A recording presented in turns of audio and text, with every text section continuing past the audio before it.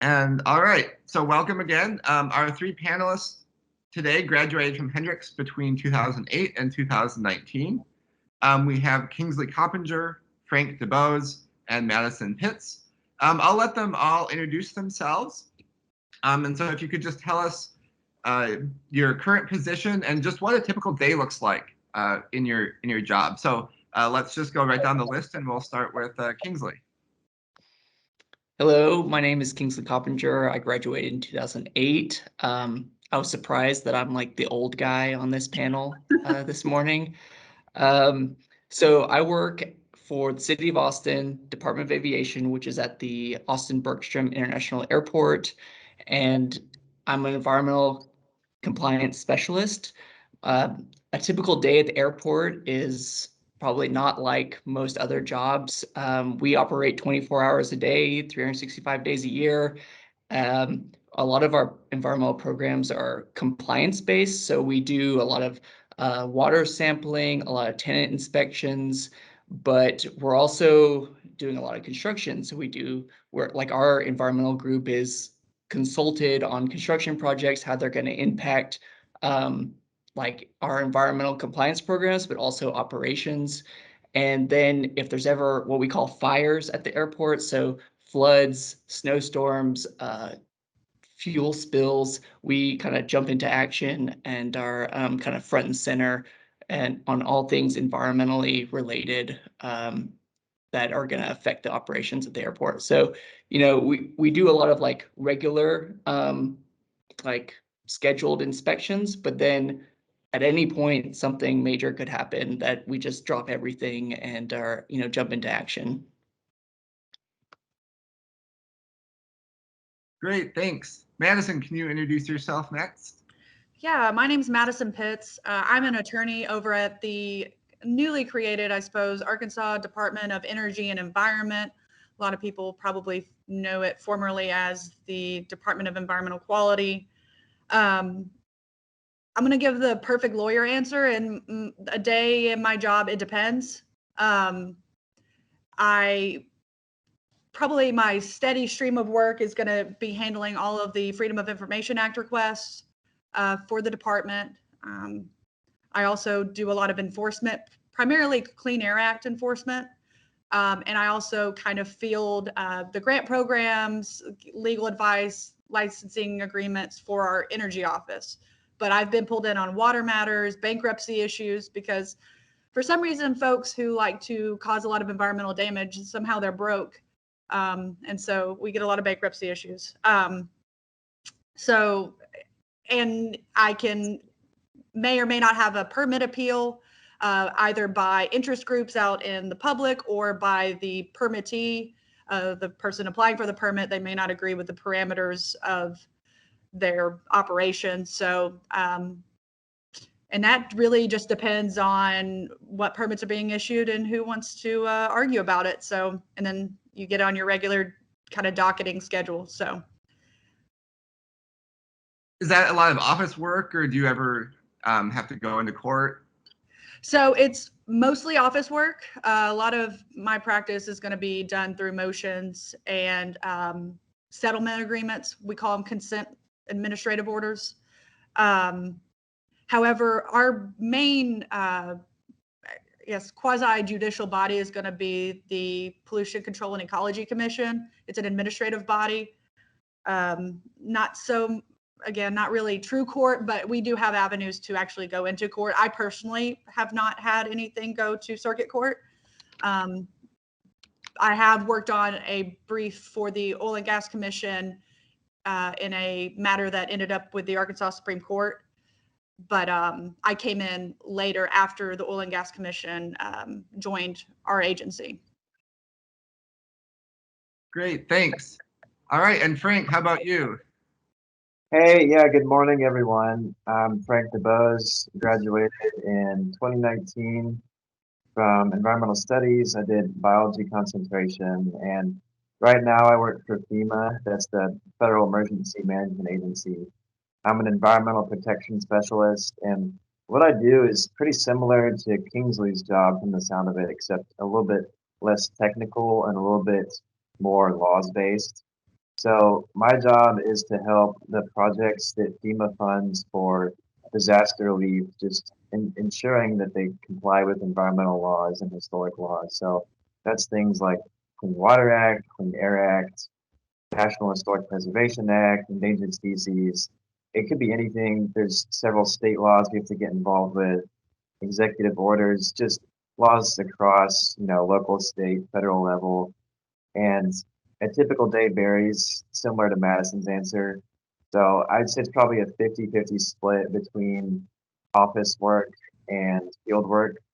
And so the field work involves looking at the impact of when communities that are damaged from or hit by natural disasters, they need to undertake repairs. And so we go and look at how might the repair methods impact environmental laws. And so the reason this happens is that FEMA is required to evaluate the actions that they fund on environmental laws. So there's this requirement for us to go out and ensure that these projects are compliant. And it's a lot of travel. FEMA can send you anywhere. I've been in Tennessee this whole time since I graduated, just because there's been floods, there's been tornadoes, all sorts of natural disasters. So, just depending on what happens, what type of natural disaster it is, your work can look different from disaster to disaster. So it definitely varies day to day. Great, thanks. So next, I'd like you all to talk a little bit about how you got to where you are now. One of the things we had a discussion a couple weeks ago, and one of the themes that came up is that there's, a lot of non-linearity that happens in different people's careers, or sometimes it's straightforward as well. But also that there's a big difference, or lots of changes, right, after you graduate, and the job that you start with might not be the job you end up with in your career. And so I kind of like us to hear about the whole picture so far. So maybe we can start with Frank, who's the most recent graduate, and we can kind of work our way backwards. Sure. So during Hendrix, in between semesters during the summer, I did several internships, mostly in Nashville. So I worked at a couple city parks as more of a seasonal naturalist, and involved invasive species removal, trail building, outdoor recreation. And so that was nice during the summer, be able to get outside and do something hands-on. I did internship with Tennessee Environmental Council, their nonprofit, and we did a lot of field work, a lot of environmental education.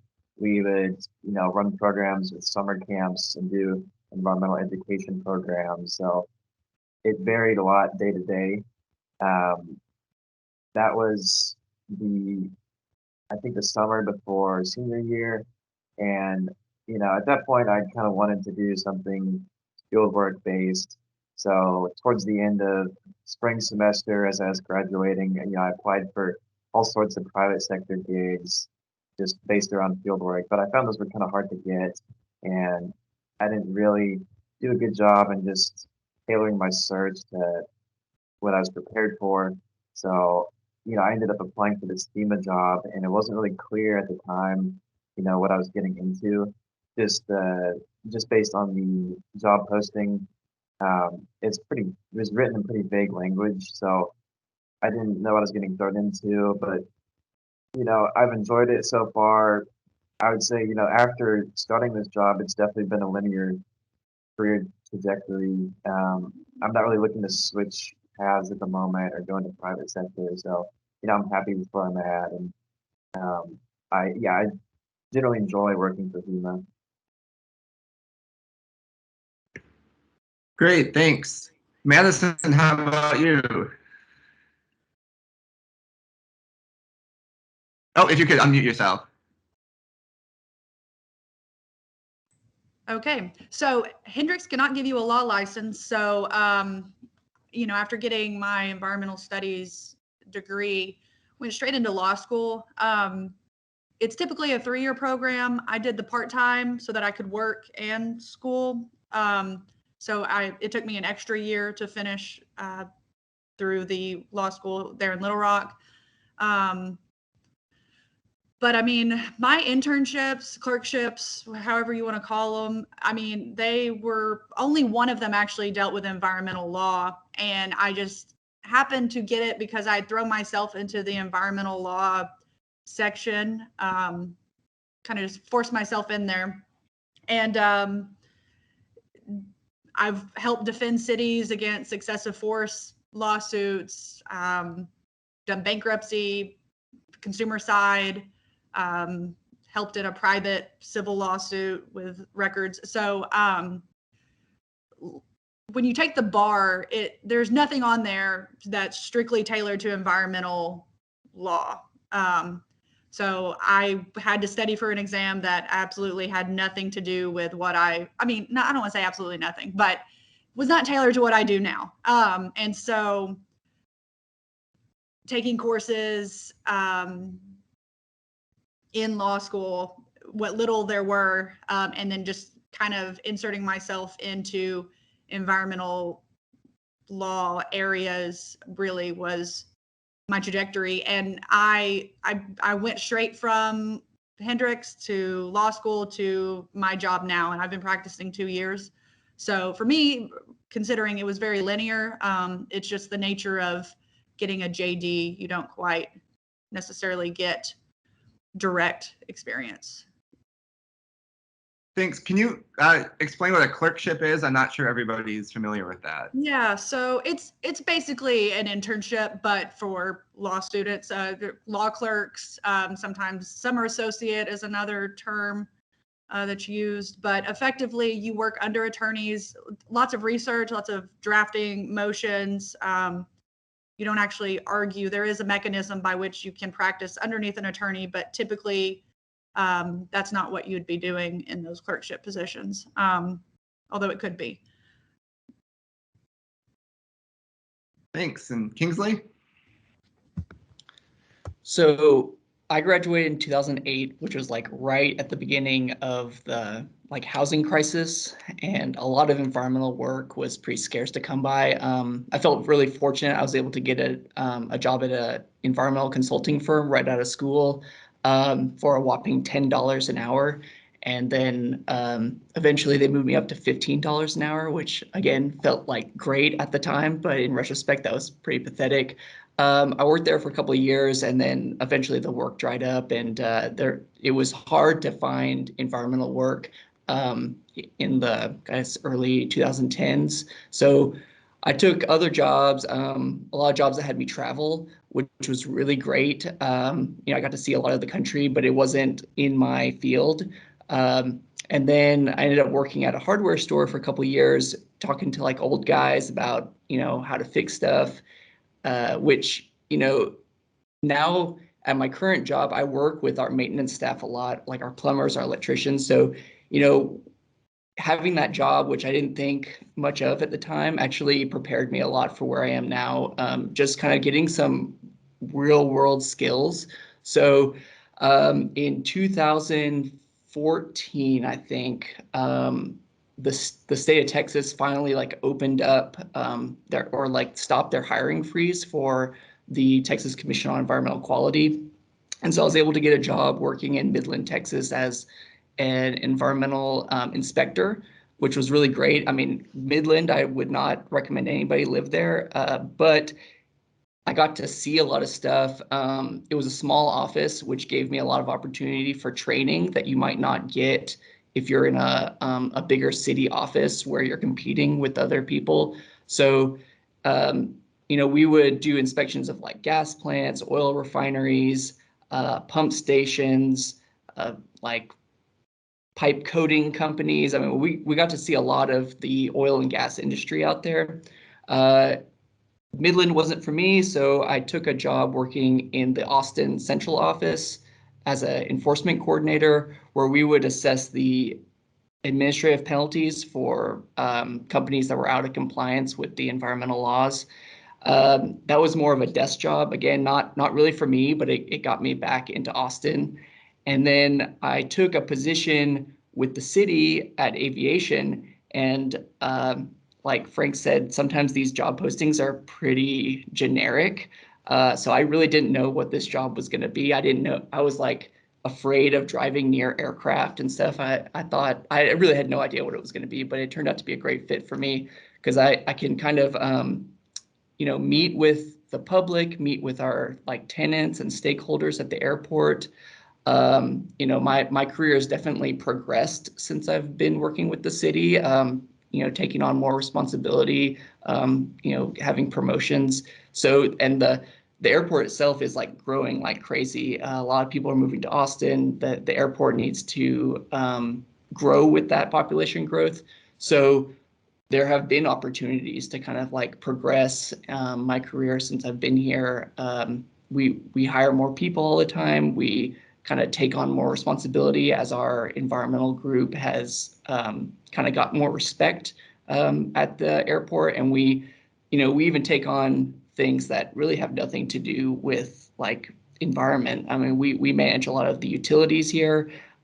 We have like a growing electric vehicle infrastructure. All the chargers we have a electric vehicle fleet that we didn't have when I first started working here. So these are like programs that grow, and it's been a great opportunity for me to kind of grow with the airport.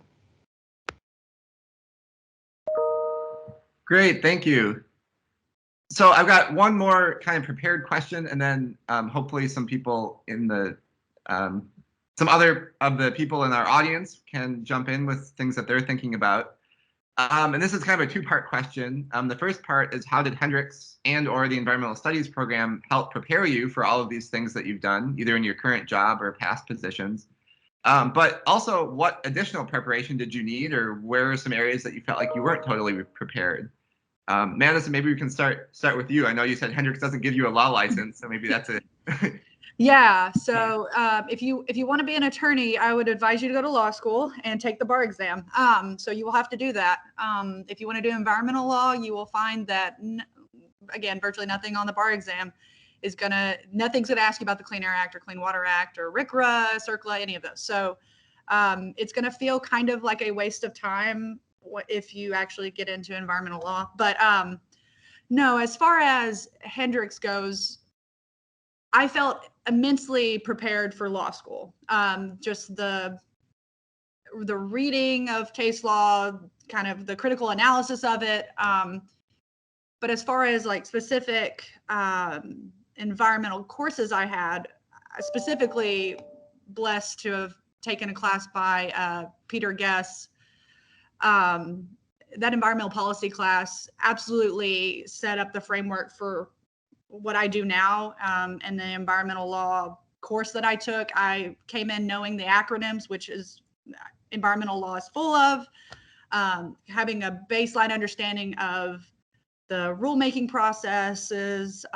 It was just invaluable, especially at the time, and definitely helped me get my foot in the door for my clerkship / internships with the state, which is where I work now. So, just that entire holistic experience. But then also, even on the more like soft classes, I suppose, like environmental philosophy, environmental sociology, kind of looking inward and outward to understand my relationship with the environment, the state of Arkansas's relationship with its environment, United States in general. It's I feel like I can have a lot of conviction about what I do, because I feel like I was given a good toolkit on kind of how to communicate and discuss with other people their values concerning the environment or regulations and those types of things. So yeah, absolutely could not have become an attorney just by going to Hendrix, but the framework that it gave me was absolutely invaluable. So very appreciative.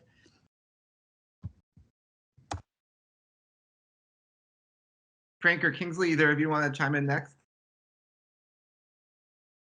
Yeah, I could go next. So similar to what Madison was saying, just having the framework for understanding, environmental issues from different people's perspectives and different sides is invaluable coming into FEMA, because within FEMA, it's a diverse workforce. and my group is the Environmental and Historic Preservation Cadre. So team is made up of all sorts of other teams, public assistance, they're the people that write the grants, there's external affairs, there's individuals and households assistants, finance, and you talk to a lot of different people and you work with a lot of different people who perform different roles. And a lot of the time you have to communicate, technical information or information on environmental topics that people might not understand or have that exposure to. So at least from a baseline level, just being exposed to all sorts of different classes and the concepts that come with those classes at Hendrix was invaluable.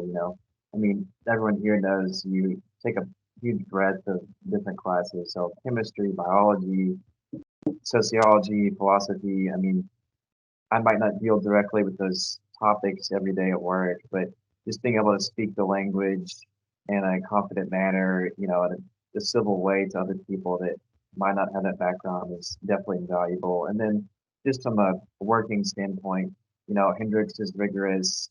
We've been, expected to do a lot of work. At work here at FEMA, I was kind of thrown in immediately and I was expected to do a lot of things just on my own without supervision a lot of the time. So it's just kind of up to you to be able to complete those tasks. And, I think having that rigorous undergraduate program kind of helps with that and just, being able to take things on yourself. And then as far as, additional preparation, we were kind of talking about this and touching on this topic, before everyone got on, but I was able to do a project instead of a thesis for environmental studies, and it definitely had value. We looked at the distribution and inadequacies within food banks in Conway. We made a map of that, and we kind of discussed options for improving, what type of food comes in or how people have access to food or what can be done to, increase coverage in the community. But I wouldn't say this project was particularly rigorous. We had 4 people working on it. And I think I would have been, better off having done a thesis.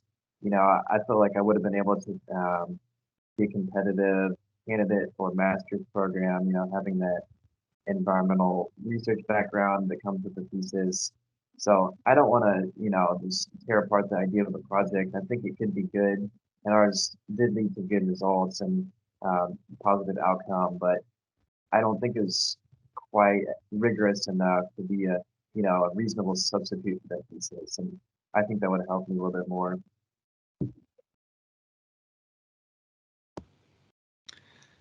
So I'm just going to really echo what Frank and Madison said. I think that Hendrix, or at least when I did the environmental studies course, it seemed like really, really broad.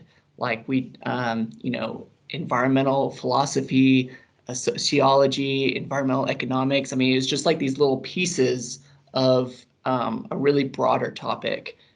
Can you all still hear me? I just got a pop-up saying that my connection's bad. So I feel like Hendrix really taught me to learn and how to figure things out on my own. Also, having a really strong background in reading and writing is huge. When you're in a professional environment, people can be pretty brutal if you can't compose an email, if you can't express yourself in a concise way that makes sense to everybody. Unfortunately, like there's not a lot of, I guess, like grace for that if you're in a professional environment. So being able to read documents, pull out the most pertinent information, and then like give that back out to the community was a big benefit I feel that I learned from Hendrix. As you know, when I did my I did a thesis, and I think everybody that I graduated with that year did a thesis. Nobody did a project, but in retrospect, I think a project would have been better for me. We do projects all the time at the airport, and not that I couldn't learn how to do that, but I think that was a missed opportunity for me. So it's interesting. I have a different perspective than Frank. But it probably really depends on what your project is, right? And the guidance you get from your sponsors at Hendrix. But the one thing I remember coming out of Hendrix that was at my first job that I was expected to know how to do, that I was like totally clueless on, was being able to write in a scientific notebook. So we took a lot of field samples and a lot of field work, and they expected us to write everything down in this notebook. And they were surprised that I had never heard of that before. And it's not something I couldn't learn how to do, but I don't know if that never came up in any of our scientific field classes. So that would be my recommendation to the faculty.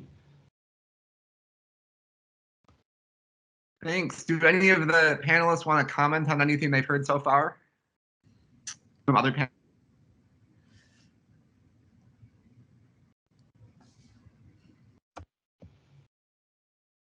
Yeah, I'll just add. I was going to add one more thing that, and I'm sure Madison and Frank would agree that, your education isn't going to teach you how to do your job. You're not getting job training at Hendrix, but just that ability to be curious and ask questions and learn how to express yourself, I think is a big deal. And yeah, I think Hendrix is a good place for that. I just wanted to show off this background picture I have. So this is our water quality pond at the airport. Hendrix didn't tell me how to operate this thing, but learning how to just an experience to learn was what I got from Hendrix. Yeah, I mean, similar to what Kingsley was saying, a lot of the classes at Hendrix don't directly apply to what type of job you might be looking for. So, without knowing what everyone here is interested in pursuing after Hendrix, that could be grad school, that could be public sector work, that could be private sector consulting. There's a lot of different options, but when you go through Hendrix, it's important to keep in mind that you might want to do additional or just outside work to really focus in on what it is you want to do after graduation, because Hendrix gives you, like we were saying, it's a pretty wide set of knowledge, and there's a lot of different paths you can take with that. So I think it's valuable to maybe start with the career you might want and then work backwards and say, okay, I have this Hendrix background. What other steps do I need to take, to maybe get to this path? That doesn't necessarily have to be a career either. It could be, a certain graduate program or a lawyer or, another type of profession. You can kind of work backwards and say, okay, here's what I've done at Hendrix. And, to get to this professional goal I'd like to pursue, what steps do I need to take? Do I need to enroll in graduate programs or something else? So I think it's just important to keep all that in mind. Yeah, I will say that, like they were saying, the perspective that you get on environmental issues generally, policy issues, economic issues, socioeconomic issues, it is it's massive. Just environmental studies generally is massive. I mean, we're talking from local levels to the entire globe and the effects that perhaps humans have on the environment and those types of things. And so, when I was finishing up my degree, I was like, okay, I want to make some positive impact, on the world, in my world, to help curtail climate change, whatever. And so I was like, well, I realized how to do that was to change the laws. And so I was like, okay, I'm going to become a lawyer. And the joke was on me because I just enforce them as they're written. And also my client is the department, not I don't make the rules, and most certainly. And I also don't get to decide the direction that we go. And so sometimes I feel like a genie in a bottle. Just go do this. And so so I was a little bit disillusioned, I think, on that perspective. However, I will say that because I have this very broad understanding of values, where people are coming from, I get to insert myself, my passion, my views on the world into my legal advice. And that's been listened to several times by folks who may or may not actually feel the way that I do about a particular issue. So, you know, you can have impact in that way just by being a part of that dialogue and the decision-making process. So, but basically, if you guys go vote, and on the federal and state level, the laws can change, and then I can enforce better environmental laws. So that's my TED talk on voting. So. Great, thanks. I had one question come in from a student via email, and so this one specifically for Madison.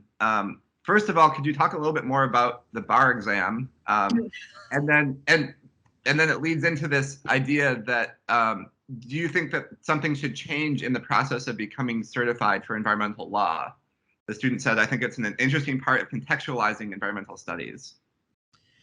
Yeah, so the bar exam is just several months of concentrated hell of your entire legal education, and then you regurgitate everything you've learned into a multiple choice exam or a written part in 2 days, and then you don't know whether you pass or failed for several months. You may have jobs pending.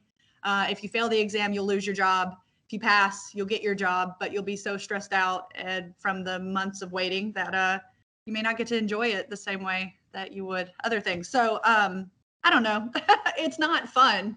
But as far as the material on the bar exam, I mean, we're talking things like family law, contracts, real estate issues, property issues, civil procedure, constitutional issues, which all of those, I guess, on some level do kind of affect or touch on environmental law, sort of.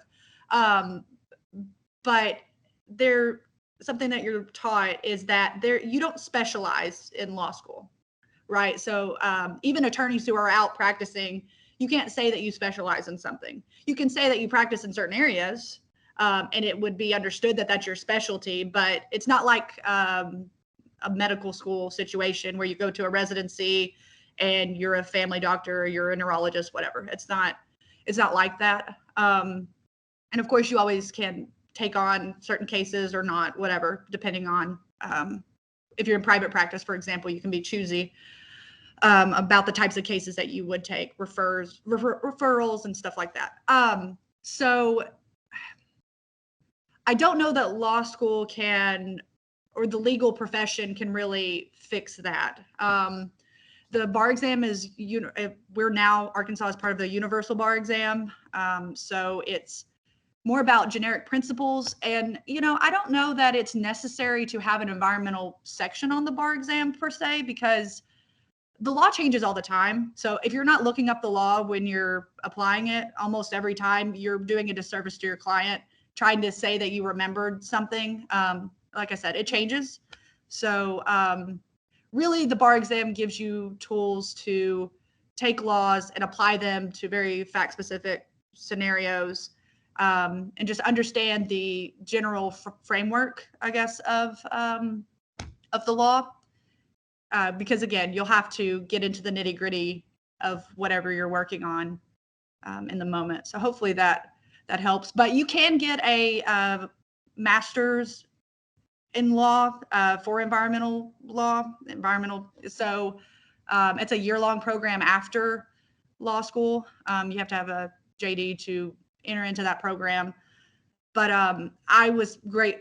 I'm blessed to have gotten right into my field. So I didn't feel the need to go get extra education because I'm literally doing this job. So it's really good for folks who want to get into maybe more, I want to say prestigious positions, but if you have some different aspirations, getting your master's in environmental law would be helpful, especially if you can't find a job and you're really committed to this field. That will definitely get your foot in the door. And I've seen that a lot. So.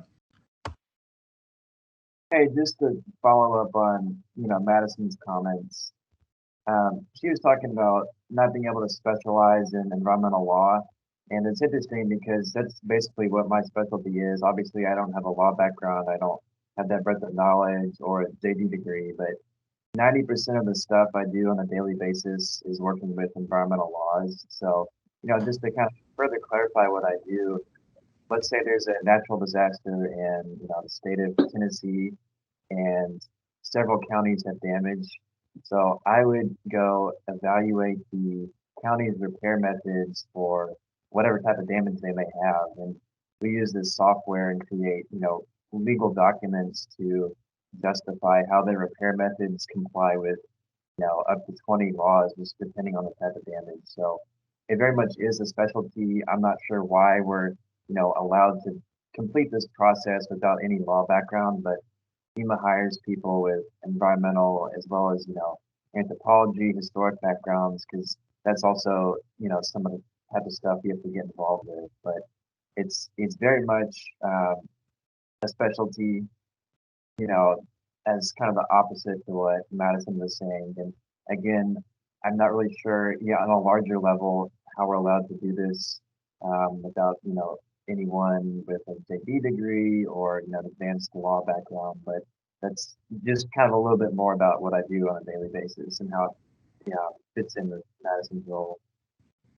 Yeah, I mean, compliance is a big part of what I mean, our investigators go out, they're basically like the police officers of the environmental world. They go out, see a violation, report back. So technically they're the ones actually, quote unquote, applying the law. Like if the regulation or rule says you can or cannot do this, and they notice that this particular facility has or has not done that, they'll come back and say, this is a violation. And it's my job to evaluate that, whether or not we have evidence to prove that violation. And that's kind of that's a part of my job. So yeah, I basically help steer the ship, but yeah, the compliance folks, y'all are the front lines. So God bless all of you. Yeah, so I've been a compliance inspector, and now that I'm kind of like, I am a city employee, but the airport gets inspected, and it's so satisfying when you can read the regulations and then know them better than the inspector. That's like one of my favorite things, to be like, actually, no, it says this. So, each state, I'm sure, has their own interpretation of the EPA laws and how they write it into their code. But, I guess learning how to read that stuff, I mean, it can be like some jargon, right? And there's a skill to it. So I hope there's an opportunity in the future for that to kind of be pulled into the Hendrix education, which I don't recall really reading that stuff at all when I was at Hendrix, but you do pick it up if you have the skills to do it, and because it's its own language. Yeah, I went sociocultural because I didn't really want to get into the hard science, but I did take some science classes, environmental science, focused stuff, and basically I translate environmental science to judges, administrative bodies, whoever, the public, I guess. So even if you don't want to be a quote unquote scientist, like if you want to work in this field, you have to at least be comfortable with the idea of learning the technical and some of the science, or it's going to be a bad time for you, for sure. Yeah, I did social cultural as well, but I work with a bunch of engineers. So, science is a big piece of, how decisions are made. So, at least having some background of that at Hendrix was very, very important to conversations I have on a daily basis at work. As a science professor, I think y'all need to come talk to my non-majors classes. Oh, you don't be there. All right, so let's move on. There's another question that Sidra, one of our students, has. Hi, yes, this question could be for any of you. And it's that, is there anything that you would recommend that we do while still in undergrad to prepare for life outside of Hendrix? So like extracurriculars, work experience, just general opportunities to take advantage of. I'm curious to hear what y'all think. So I'll say something just really generic. If you have the opportunity to travel, if you have the opportunity to take internships in something that doesn't seem relevant, do it. Like getting exposure to different people and different types of work, I think would be really beneficial to everybody. And do it when you're younger, where you don't have like ties, you're not tied down. If you can take a job that has you move around, I think that's a big benefit to kind of your overall worldview. So my advice is to, understand differences in job markets across the United States. So if you guys are looking to pursue an environmental career within the US, that could look very different just depending on where you end up. So the Southeast has a very different set of laws compared to the West Coast, for example. Within California specifically, I know California Environmental Quality Act is more stringent than some of the state acts you see in the Southeast. And I think the Northeast is also kind of similar to that respect and just having more stringent laws, compared to Southeast. So there's a huge variety in what types of jobs need to be filled and just the availability of jobs. So, part of my advice is to just be willing and open to look all over the place, with different issues, there's different types of jobs that might arise. So I know in the Western US, this isn't something I've been exposed to directly, but there's water managers essentially, and they're just in charge of ensuring, correct and responsible use of public water, just given that it's a scarce resource, there's lots of stakeholders, it's a worrying issue.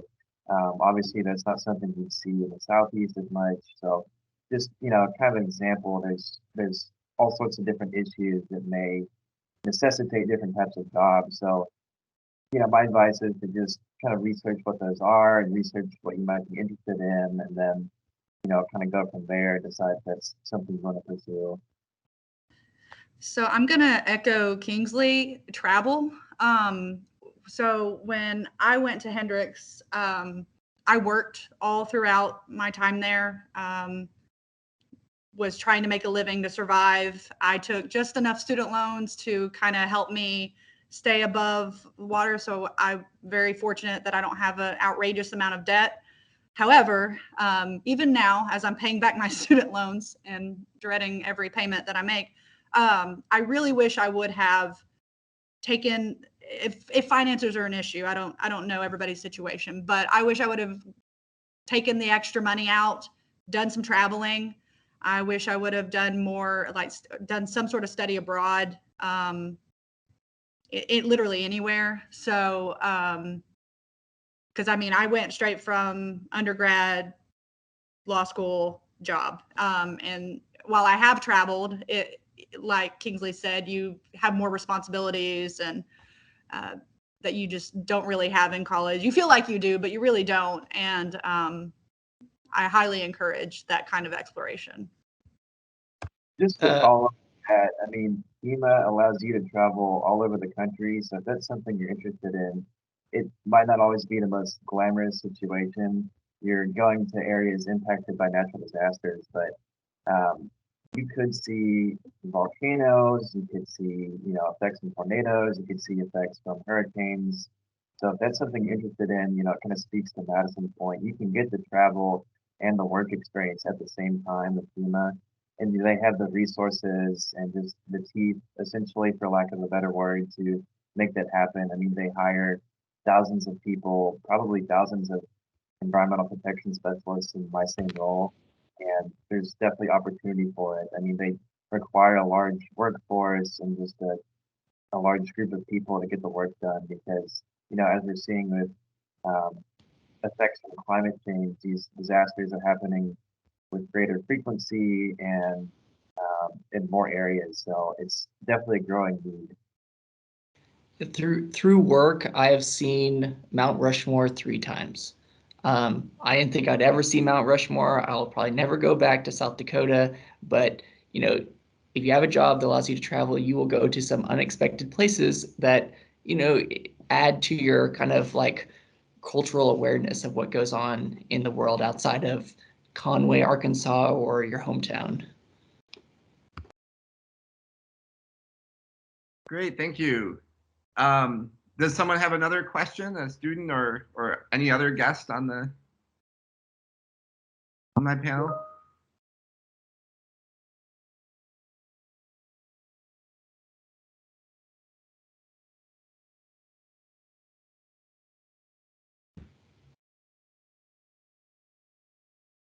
I'm going to say one last thing if nobody else is going to ask a question. And it looks like mostly women on this group, so this is going to fall flat, but I did 2 years at Martin. Any other Martin people on this call? Martin shut down. Yeah, I lived in Martin freshman year. Yeah, I visited over the summer and I did see that it was being renovated, probably for the best. Notice he was only there for a year, so don't like get super excited. He got out of there, it sounds like.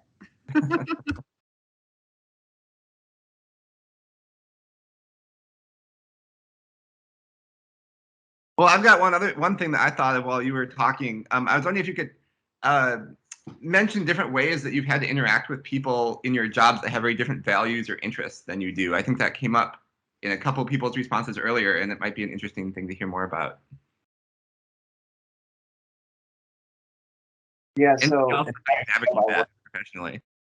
okay, yeah, in my job I work a lot with county highway departments and a lot of rural offices that I wouldn't normally be exposed to otherwise if I wasn't working for FEMA. So these folks often don't have a lot of exposure to environmental issues or really interest in protecting the environment because it's not their job or it's just not something they're interested in. So um, normally when, just for example, if we're sticking to the same example of the um, highway guys, if they're doing a normal repair, let's say it's a low water crossing and might impact endangered species of mussels, for example. If FEMA is not involved, if there's not that natural disaster and they're not applying for a grant relief program or for that money, they're not going to care at all about, documenting the right processes or um, taking care of the things that FEMA would normally ask them to take care of. So when we get involved, it's often seen as a hassle or just an extra burden for these folks to go through. So I think it's important to come into those situations just with the understanding that people always aren't on the same page, and a lot of times they're not always happy to see you. But it's still something you have to put up with and something you have to do just because it's a FEMA requirement and it's something that FEMA's decided needs to be done. So, you don't always know, like I said, just people's exposure to that type of issue or just interest in being on the same page. So I think it's just important to be aware of that type of situation.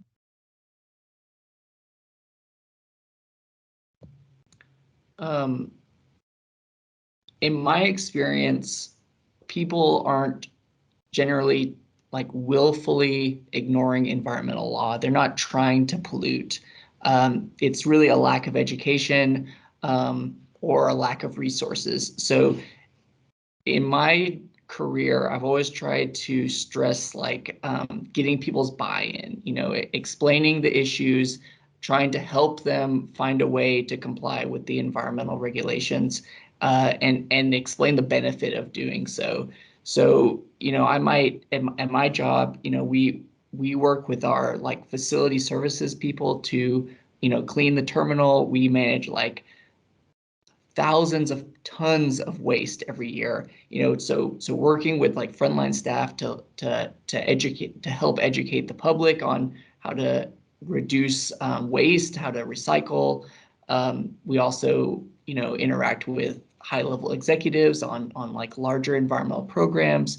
We interact with the traveling public and tenants of the airport, and it's really just like, trying to change your perspective and change the way you talk to people depending on their situation, and getting their buy-in is the best way to get compliance, because everyone's experience is going to be different, and their priorities are going to be different. But we all have to like really work as a team, even if you are a regulator, to get them on board with you, because just hitting them with a stick is not, in my experience, has not been the most effective way of getting people to actually like follow the environmental laws to protect the environment. Yeah, so because the Department of Energy and Environment and the EPA are part of the executive branch, the president appoints, or the governor appoints, the heads of those agencies. And so obviously there's anyway, it's very political of environmental issues are politicized. There we go, politicized. You have certain like public health interests, you have financial interest, and regardless of which one you value more, they both exist. And so to ignore either side really can hurt you, because you miss out on some of the gray that we have to navigate through in life. And so with that being said, I may or may not necessarily agree with the general political leanings of my boss, whoever it is, and it can change at any point, right? So, and the EPA, under the previous administration, had way different interpretations of environmental laws than this administration, especially regarding the energy sector. And so I think understanding that the environmental laws are the floor, the federal laws are the floor for environmental protection. So if those change, then, whether they're more protective, less protective, I guess, is kind of where they can go. Understanding that, and that your states are just delegated to implement those programs. But again, to the political aspect, how that's implemented, how they interpret those laws, talking about carrots and sticks.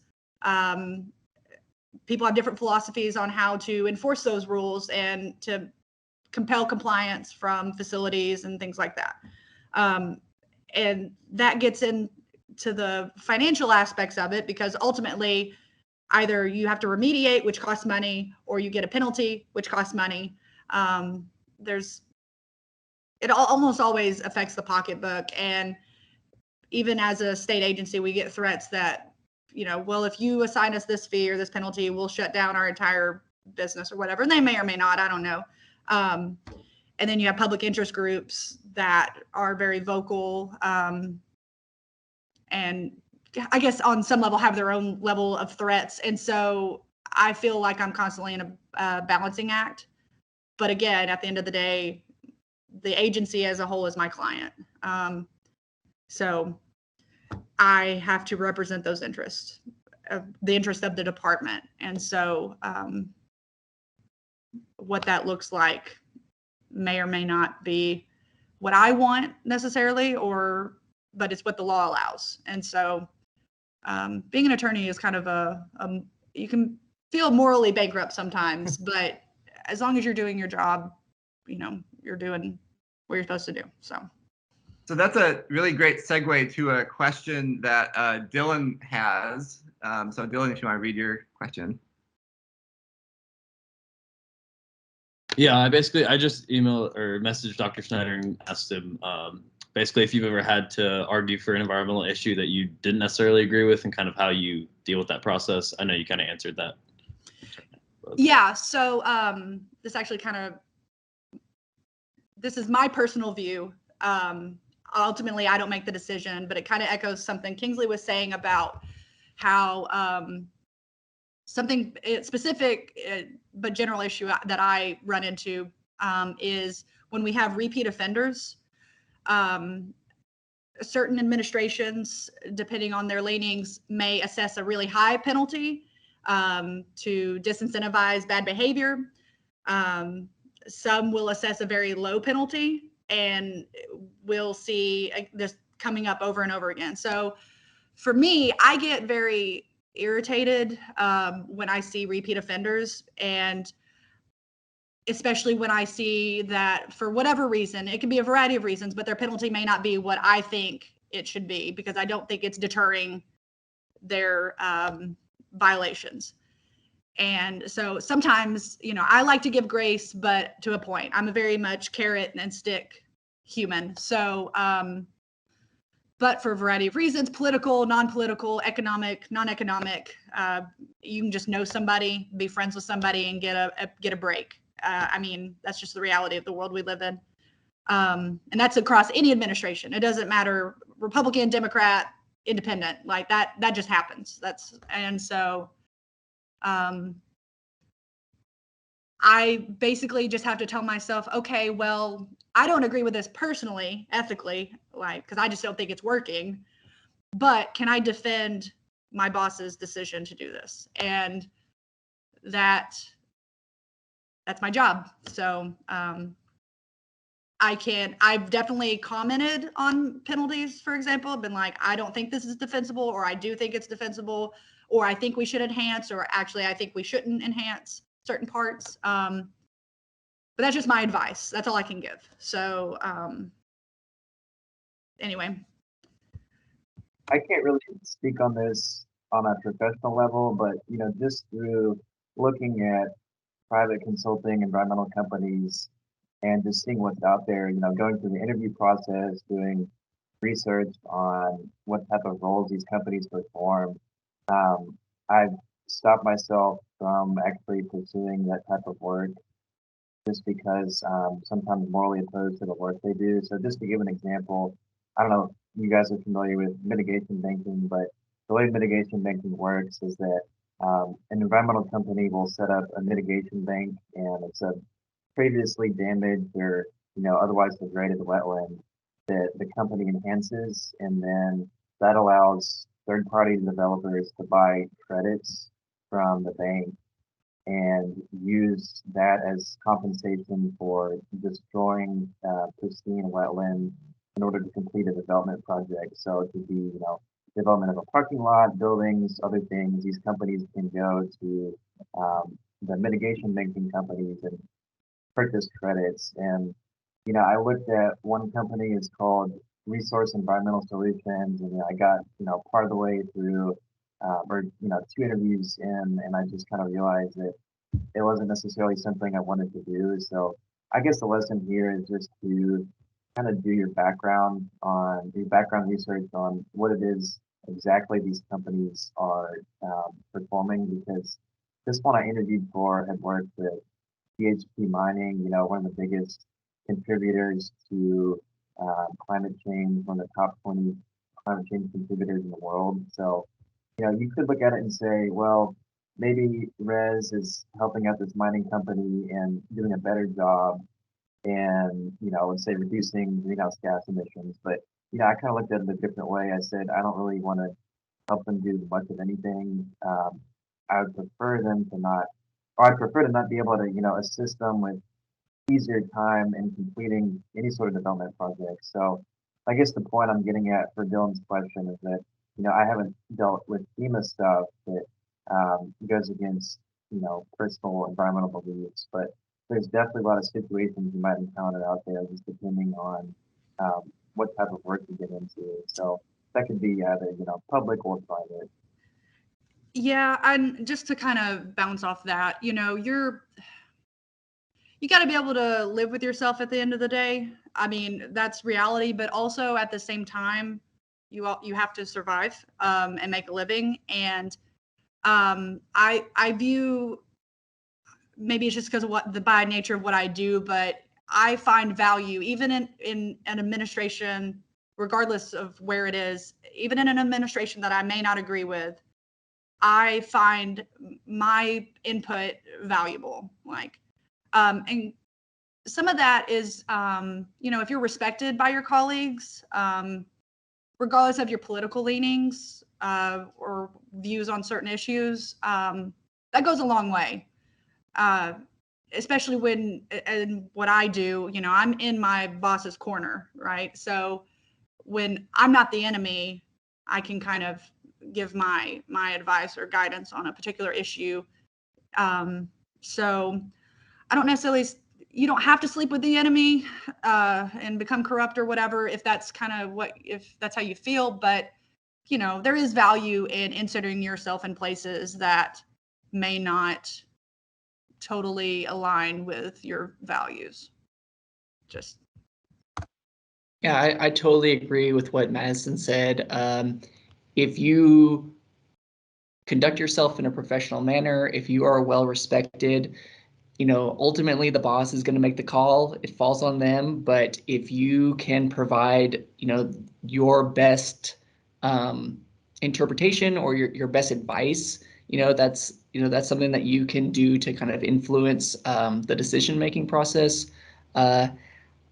I have a number of examples of when, you know, I didn't agree with what, you know, I was told to do in my profession, but, you know, you do have to live with those, you know, the fact that you're not going to make every decision in your career.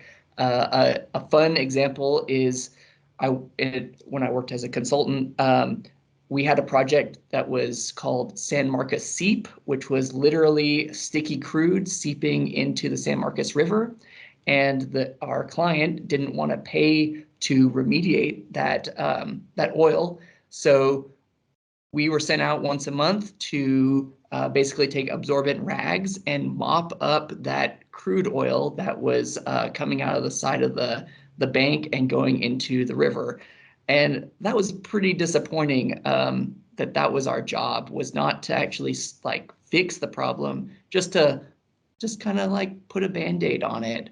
But that's the reality. You know, sometimes there's going to be choices to make. You know, are we going to spend thousands of dollars to fix this issue, or can we pay 20-year-olds to go out there and just kind of like clean it up a little bit? So I didn't like that, but, you know, they did pay me to do that. And, you know, that was my job. So you kind of have to make your peace with it sometimes. And I'm not trying to dissuade anyone from joining private sector if that's what they're interested in or going down that path. I'm just speaking from my personal beliefs. The point of what I'm saying is just to, do your background research just as far as, figuring out what you're getting into when you apply for a position at an environmental consulting company, because, the way they have it dressed up on the website may be pretty nice and presentable, but I think it's important to, kind of dig a little bit deeper and figure out what it is these companies are doing specifically and how their model works.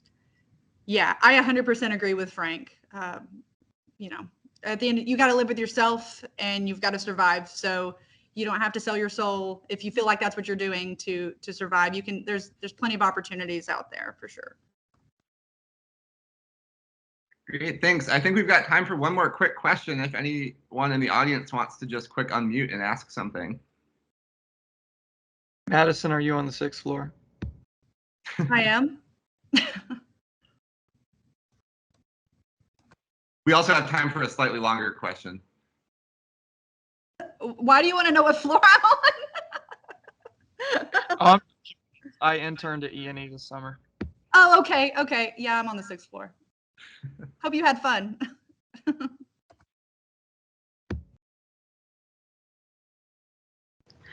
I'll just have a quick comment. I'm Renette Clark in the Career Services Office, and I've so enjoyed listening to all you guys have had to say, and especially appreciated knowing, how you have used your Hendrix education and how to articulate those skills to employers. And one of the new initiatives that Career Services and faculty have been working on this year are career competencies, which kind of help students find that language to articulate, how they're learning about critical thinking in their classes and how that can apply to the workplace or leadership skills or professionalism. So I appreciated your comments about that.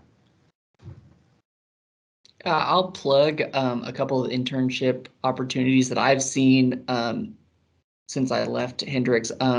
The Texas Commission on Environmental Quality, they do summer interns every year.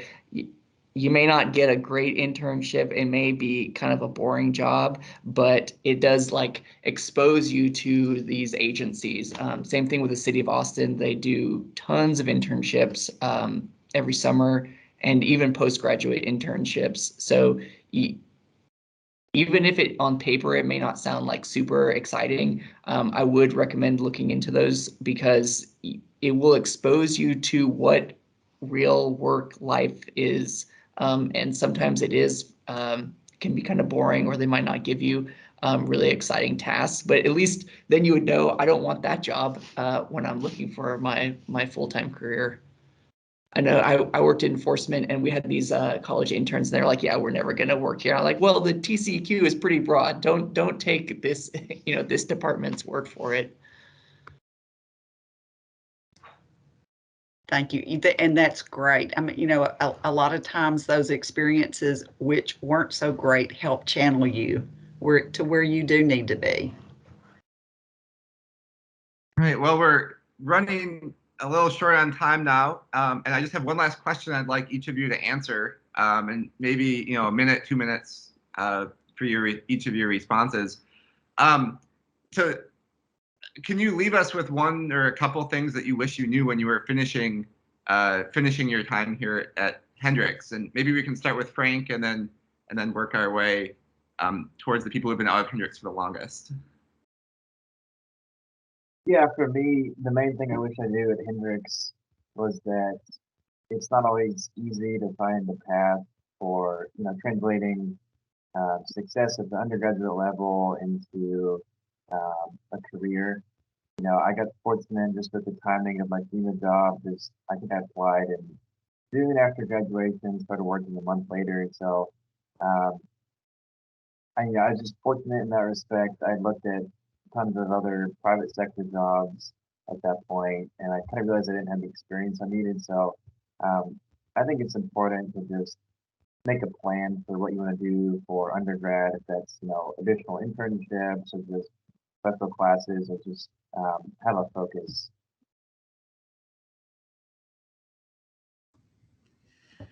I honestly don't know. I did probably the worst thing that you could do is declare your major right before you graduate and on a whim apply to law school, and then just happen to fall into this career. So I don't know that I'm the person to ask. I wish I would have slowed down a little bit and really took in my education earlier. Once I found what I wanted and what I cared about, I definitely slowed down a little bit, but I wish I had done that a little sooner. Can you elaborate on that? What do you mean slow down and taking it in? Oh, yeah. So I think the first couple years, and I don't know if Kingsley or Frank had this experience, but it's just a whirlwind of information, culture shock, maybe living on campus, new people, new experiences, new ideas that you probably weren't exposed to at home. And I found myself, I guess, I don't want to say resistant to those ideas because that's not true at all, but I wish I would have been more open to them and kind of just experienced. This isn't very helpful at all. Just sat back and enjoyed that experience rather than feeling this need to like constantly critique myself as a human and challenge myself morally or intellectually, otherwise, it might have been more enjoyable process, I think, for me. The first 2 years would have been. I found my groove as I finished, but just stop and smell the roses, I guess, is all I have to to say. So in contrast to medicine, I probably enjoyed myself too much my first 2 years and then hit my groove, you know, junior and senior year as I kind of buckled down and became more serious. But I think that if you can take advantage of the faculty at Hendrix, get a mentor that you feel comfortable talking to, because when you leave Hendrix and start your professional career, you're going to really need mentors at any job you have. And my first job out of school, I didn't really have that mentor. I had bosses that gave me direction, but I didn't have anyone I really felt comfortable talking to and kind of getting coached as my career progressed. And I didn't last that long there. So since I left my first job, I've definitely seeked out those mentors, and they've really helped me kind of expand what's possible. Because, you know, when you start a job, you know, it may be a very vague description of what the job is. You're going to learn what you're doing, but you also need to learn like what you can do at that job and how you can progress and evolve professionally. And you really need those mentors. So I think if you get a foundation of learning how to speak to those mentors at Hendrix, that's going to help you, you know, seek out mentors in the future.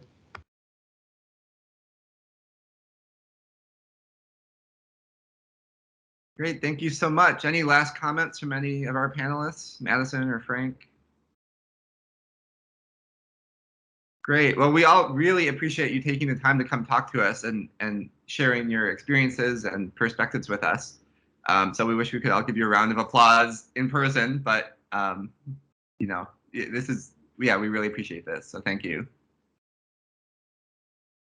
Yeah, this was a lot of fun. I appreciate being invited. I think when I was at Hendrix, only one time did alumni come and talk about their job, and that was in my environmental sociology course. So, and that was like one person who came for one class period. So I think this is a great, I hope this is something that has been going on for a long time.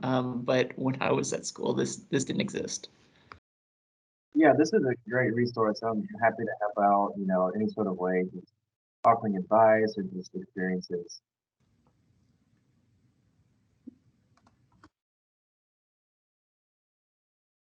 All right. Well, thanks again. And yeah, good luck with the rest of your day, everyone.